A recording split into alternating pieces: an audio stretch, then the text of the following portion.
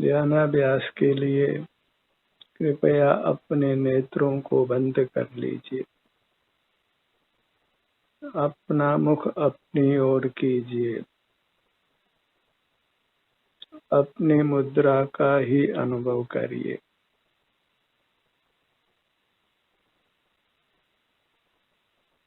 जिस प्रकार बाह्य पदार्थों को जानकर हमने सुख पाने का प्रयत्न किया है, उसी प्रकार अपने मूर्त का अनुभव कर सुखी होने का प्रयत्न करिए और यह प्रयत्न सार्थक होने वाला है।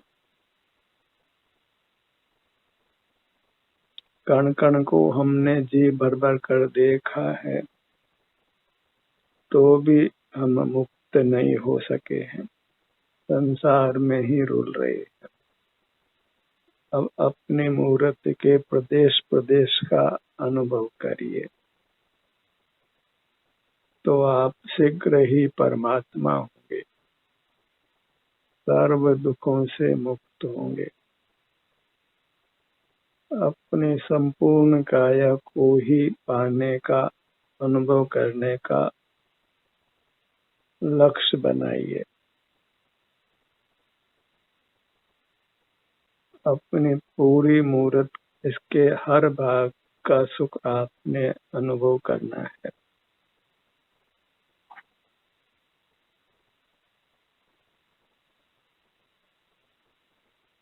कोई भाग अनुभव में आए बिना नहीं रहे, पूरी मूर्त का अनुभव हो, सर्वांग सुख का भोग हो, इतने ही भावना रखिए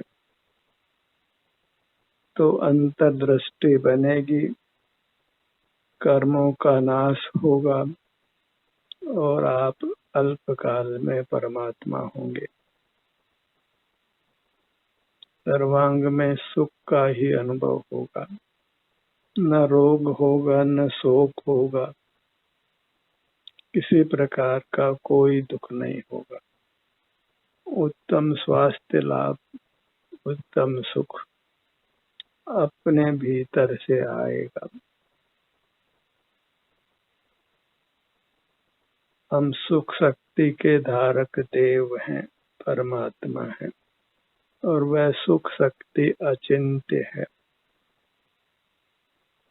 इसकी महिमा का वर्णन शब्दों से नहीं हो सकता है, इसका केवल अनुभव ही किया जा सकता है।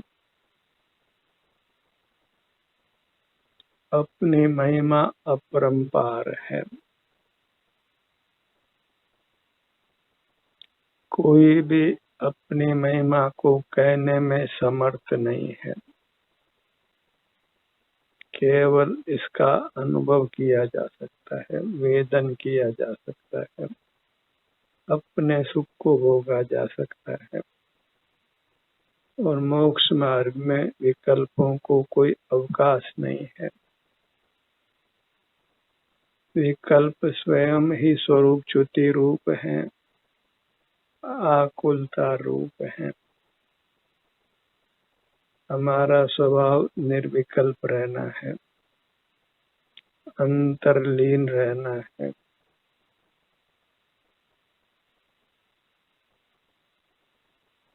आनंद को भोगते हुए रहना है।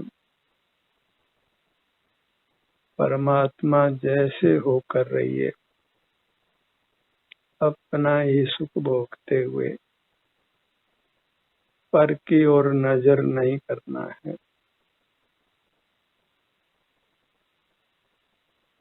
वह नजर ही दोषपूर्ण है।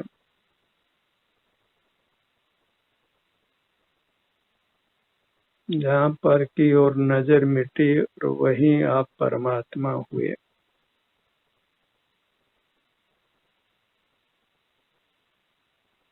पर की ओर नजर ही अनर्थकारी है।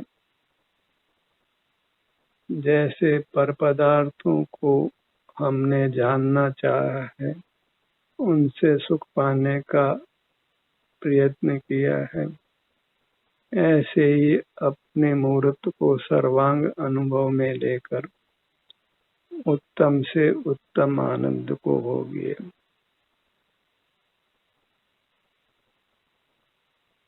और वह आनंद फिर अविनाशी भी होने वाला है। बाहर के पदार्थों का कोई सुख अविनाशी नहीं हो सकता है। वह उत्तरोत्तर सुख घटते हुए समाप्त हो जाता है और दुख में परिवर्तित हो जाता है। यहाँ सुख बढ़ते बढ़ते पूर्ण हो जाना है, फिर सदा बने रहना है। अपने लिए अपने मूर्त के समान कोई पदार्थ नहीं है, पर ही रहेगा, इसलिए उसका विकल्प करना योग्य नहीं है। एक ही सूत्र याद रखिए, पर चिंता अधमा अधमा, उत्तमा स्वात्म चिंता। पर का देखना, जानना, स्मरण करना, पर की वार्ता सब अधम से भी अधम है, क्योंकि वह अपने स्वरूप के अतिक्रमण करने रूप है, पर की सीमा में जाने रूप है, ट्रेस पास है और दंडनीय है। उससे मूर्त कर्मों का बंधन होता है और हम संसार में रुलते हैं। मनुष्य तो कभी होते हैं, अन्यथा क्षुद्र योनियों में ही रुलते हैं, जिनके दुखों को किसी प्रकार वचनों से कहना संभव नहीं है। अपनी ही भावना से, अपने ही निर्णय से, अपनी स्वेच्छा से अपना मुख अपनी ओर रखिए।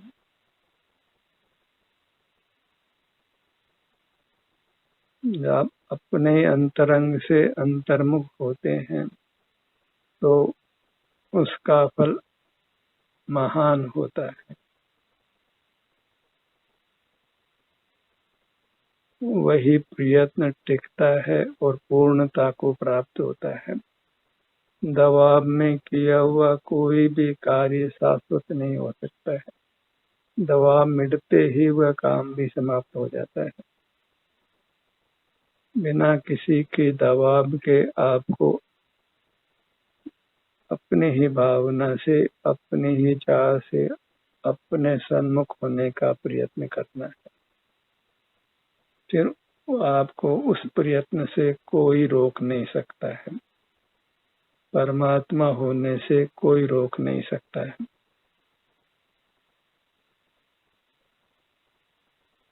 अपनी मुद्रा से अपनी दृष्टि को कीलित करिए, वहां से फिर वह हटे नहीं, अपनी ओर ही बने रहिए। जो भी आपको सुखद आसन हो उसमें रहिए, ताकि आप अंतर्मुख बने रह सकें और अंतर्मुख रहने में ही आपको उत्तम विश्राम मिलता है। शरीर के रोग भी शीघ्रता से, स्वाधीनता से मिट जाते हैं। बस विश्वास होना चाहिए। जिस ध्यान से मोक्ष मिलता हो, परमात्मा पद मिलता हो, उस ध्यान से रोग निवारण होना सुगम है। सर्वांग आपकी काया स्वस्थ होती है, सुंदर होती है।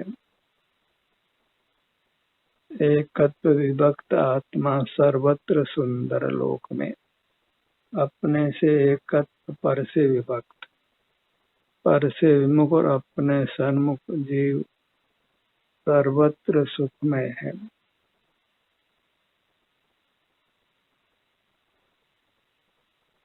मोक्ष मार्ग इतना सुगम है जिसकी हम अब तक कल्पना भी नहीं कर पाए।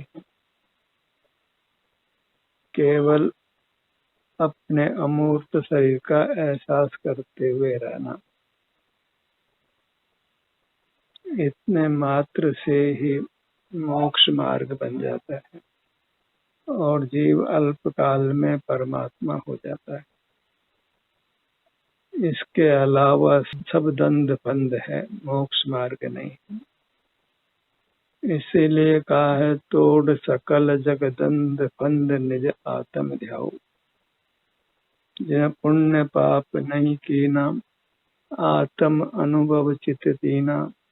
तिन ही विधि आवत रोके, संवर लय सुख अवलोके। जो पाप तो नहीं करते, पुण्य भी नहीं करते, न देव दर्शन करते हैं, न देव पूजन, न दया करते हैं, न दान करते हैं, केवल अपना मुख अपनी ओर रखते हैं, वे परमात्मा हो जाते हैं।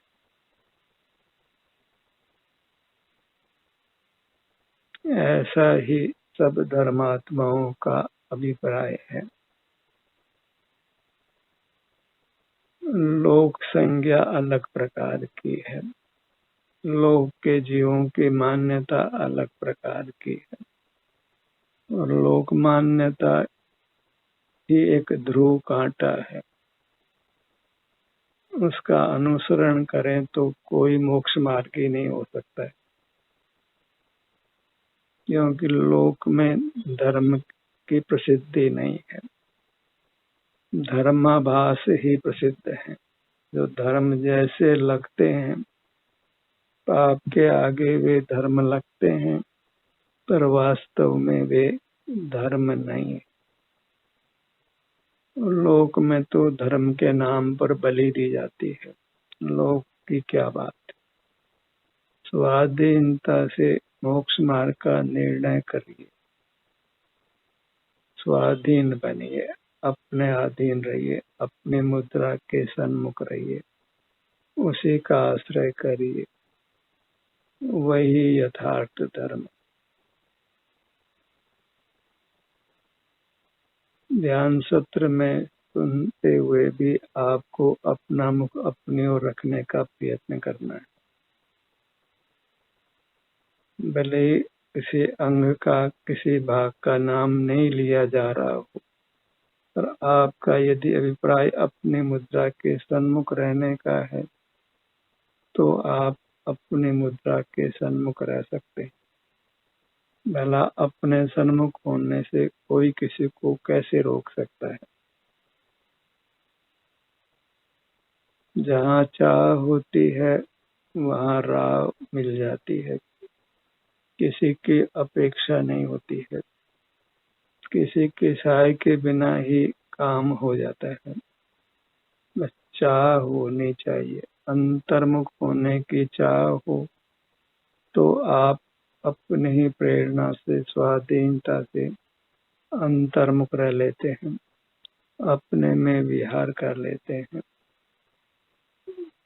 और ये स्वाधीन प्रयास ही उत्तम है। जहाँ आप अपनी आत्म प्रेरणा से अपने सन्मुख रहते हैं, तो फिर अपने सन्मुख रहने के लिए किसी गुरु की, किसी प्रेरणा देने वाले की आवश्यकता नहीं रहती। आपको बचना है, अपनी ही आराधना करना। लोक में धर्म के नाम पर की ही आराधना की जाती है, बड़े बड़े पूजा विधान किए जाते हैं, दूसरे का ही गुणगान किया जाता है, पर दूसरे के गुणगान करने से अपने गुण में वृद्धि नहीं होती। अपने गुण में वृद्धि अपनी महिमा लेकर अपने सन्मुख होने से होती है।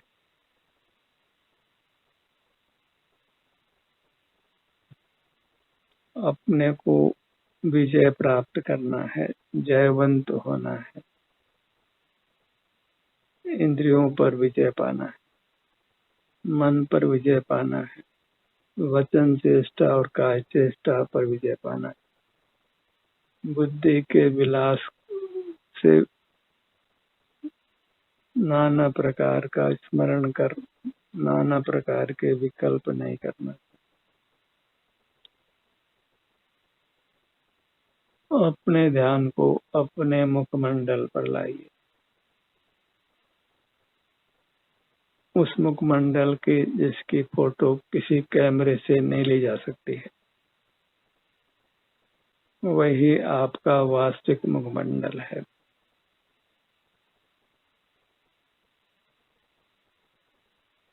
आपका मुखमंडल कितने ही नेत्र ज्योति अच्छी हो, उससे नहीं देखा जा सकता है।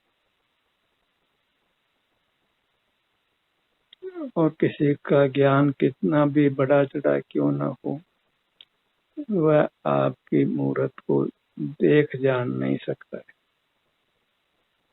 जीव केवल स्व संवेद्य है, स्वयं के ही वेदन में आता है। बस मूर्त मिला होने से ही लोक व्यवहार बन जाता है। मूर्त मिला नहीं हो तो न हम पर को जान सकते हैं, न पर के द्वारा जाने जा सकते हैं। परस्पर एक दूसरे का जानना ही संसार मार्ग है।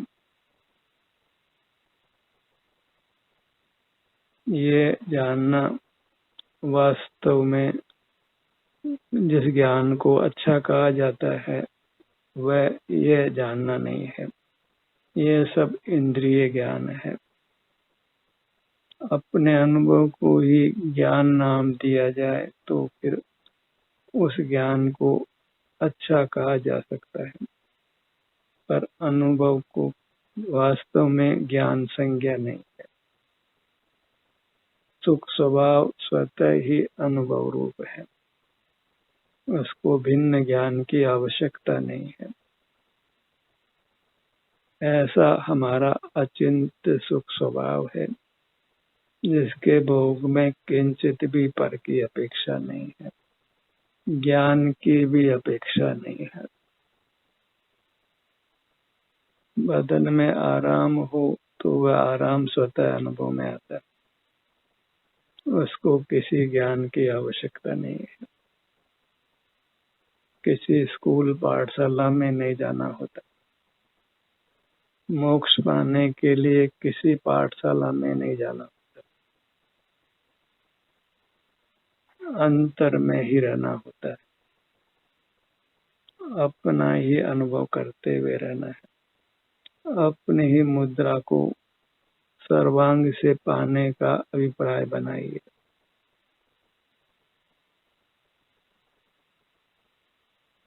अपने मूर्त संपूर्णपने आपके अनुभव में आवे। कोई अंग, कोई उपांग, कोई विभाग, कोई विभाग, कोई प्रदेश आपके अनुभव में आए बिना नहीं रहे। एक ही समय में सब कुछ अनुभव में आ जाए, वह सब कुछ संभव है। बस अभ्यास करना है, अपने सन्मुख रहने का अभ्यास। उससे ही ध्यान निरंतरता को पाता है और ध्यान का फल मोक्ष प्राप्त हो जाता है। फिर ध्यान की आवश्यकता नहीं रहती। फल आने पर फूल स्वयं खिल जाता है। अपने ध्यान को अपने ललाट भाग पर लाइए।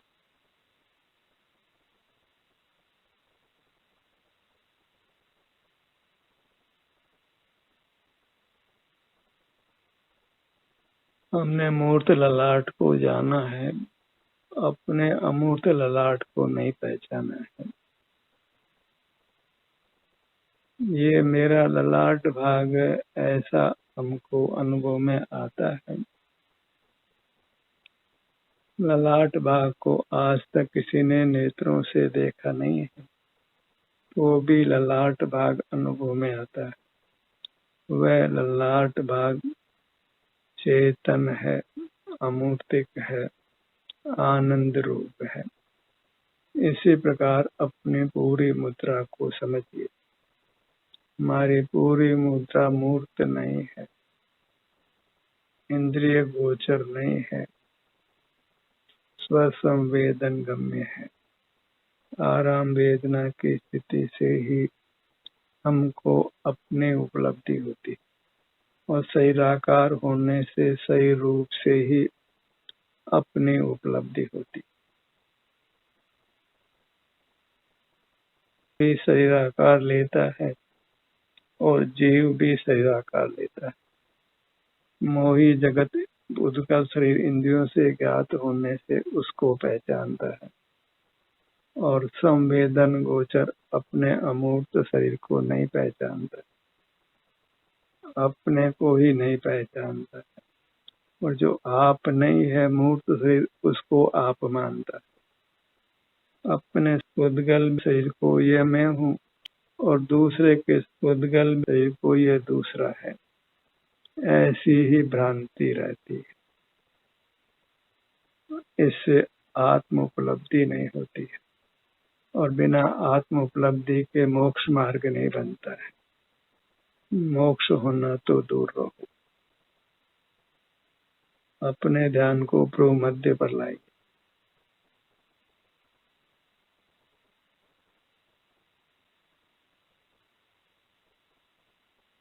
आपको अंतर्मुख होते हुए सुख लगे और उसकी पहचान हो जाए कि यही सुख है, यही शांति है, तो फिर अंतर्मुख होना सुगम हो जाता है। फिर किसी प्रेरणा की आवश्यकता नहीं होती है। फिर कोई ये कहे कि यह ध्यान का यथार्थ स्वरूप नहीं है तो भी आप स्वीकार करने वाले नहीं हैं। जैसे अग्नि को हमने पास जाकर गर्माश्त अनुभव में ली है, फिर कोई कहे कि अग्नि ठंडी होती है तो हम मानने वाले नहीं हैं। ऐसे ही सिर से पैरों तक अंतर में विचरण करने से हम प्रकट शांति का अनुभव कर लेते हैं। तो कोई कहे कि इस प्रकार ध्यान नहीं होता है, यह तो उद्गल शरीर का ध्यान हुआ, मूर्त का ध्यान हुआ, तो आप मानने वाले नहीं हैं। आपने स्वयं नेत्र बंद कर अपने अमूर्त रूप के सुख को भोगा है। फिर लोग कुछ भी कहे आप उसकी कुछ भी परवाह करने वाले, अपने ही सन्मुख रहने का फिर आप सतत प्रयत्न करने वाले और एक प्रबल भावना होगी कि केवल आप अपनी मूर्त का ही सुख भोगते हुए रहें, जगत से परिचय नहीं रहे, क्योंकि वह सब परिचय राग द्वेष रूप है, संसार बढ़ाने रूप है। अपने मूर्त तक ही सिमट जाना है और वह सिमटना अभी एक एक अंग एक एक उपांकर होने वाला है और कालांतर में पूरी मूर्त एक साथ अनुभव में आने वाली और वही हमारा यथार्थ स्वरूप है, परमात्मा का रूप है। अपने ध्यान को अपने दोनों नेत्रों पर लाइए।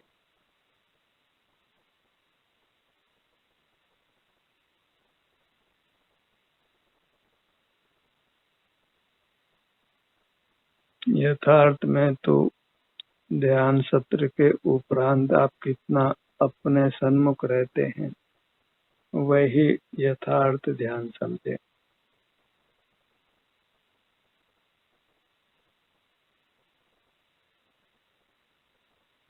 क्योंकि मुक्ति पाने के लिए हमें सतत अंतर्मुख रहना है, तभी मुक्ति की प्राप्ति होती है।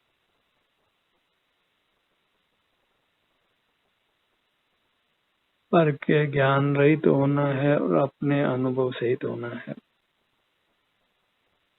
यही स्वपर का विवेक है। अनुभव मोक्ष का मार्ग है और ज्ञान जगत का है, इंद्रिय ज्ञान रूप है, उसको मोक्ष मार्ग पना नहीं है।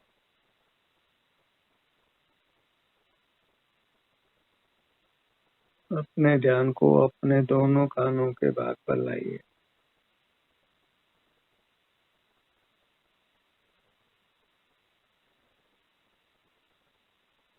बस अपने मूर्त के सन्मुख रहना ही अच्छा लगे, कुछ बाहर का देखना जानना अच्छा नहीं लगे, तब से ही मोक्ष मार्ग गति पकड़ता है।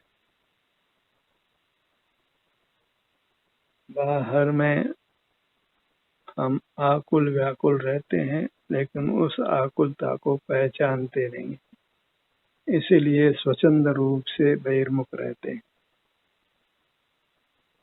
बाहर में ही हम सुख दुख महसूस करते हैं, उसकी तुलना अपने सम्मुख होने से होने वाले सुख से कीजिए, फिर बाहर का सुख भी दुख ही लगने वाला है।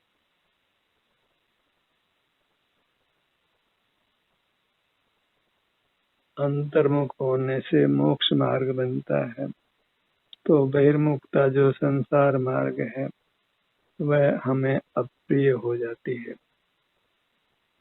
उससे हम बचने का प्रयत्न करते हैं।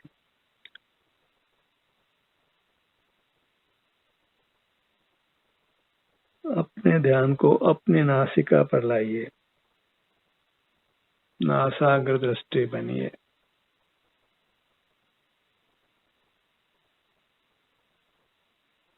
इसी प्रकार हर अंग की ओर दृष्टि करना है, अपना मुख हर अंग की ओर लाना है,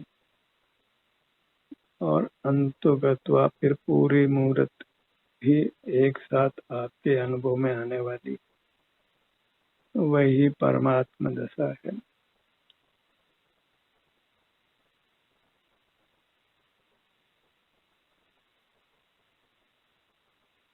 अपने ध्यान को अपने होठों के भाग पर लाइए,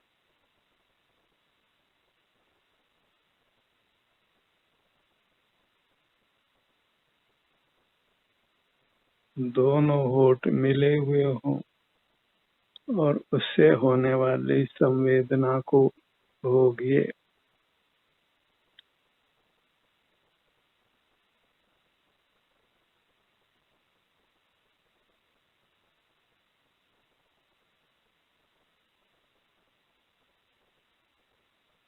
जगत के जानने पर विराम लग जाए तो फिर मोक्ष होने में कोई देर नहीं लगती है, तत्क्षण ही मोक्ष होता है।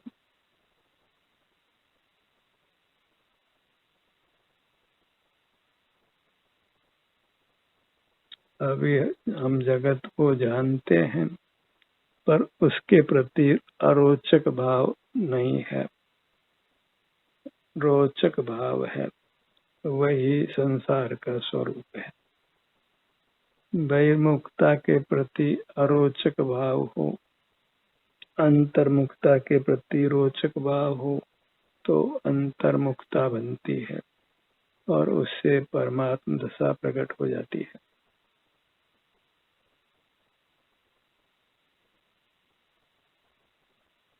मुख के भीतर तालु भाग पर आइए, अपने ध्यान को अपने हृदय स्थान पर लाइए,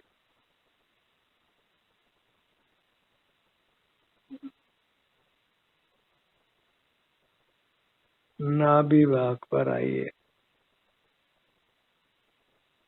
इस प्रकार अपने मूर्त के नाना विभाग कर हर विभाग के सन्मुख होना है, अपने संपूर्ण मूर्त को ही इस प्रकार अनुभव में ले लेना है।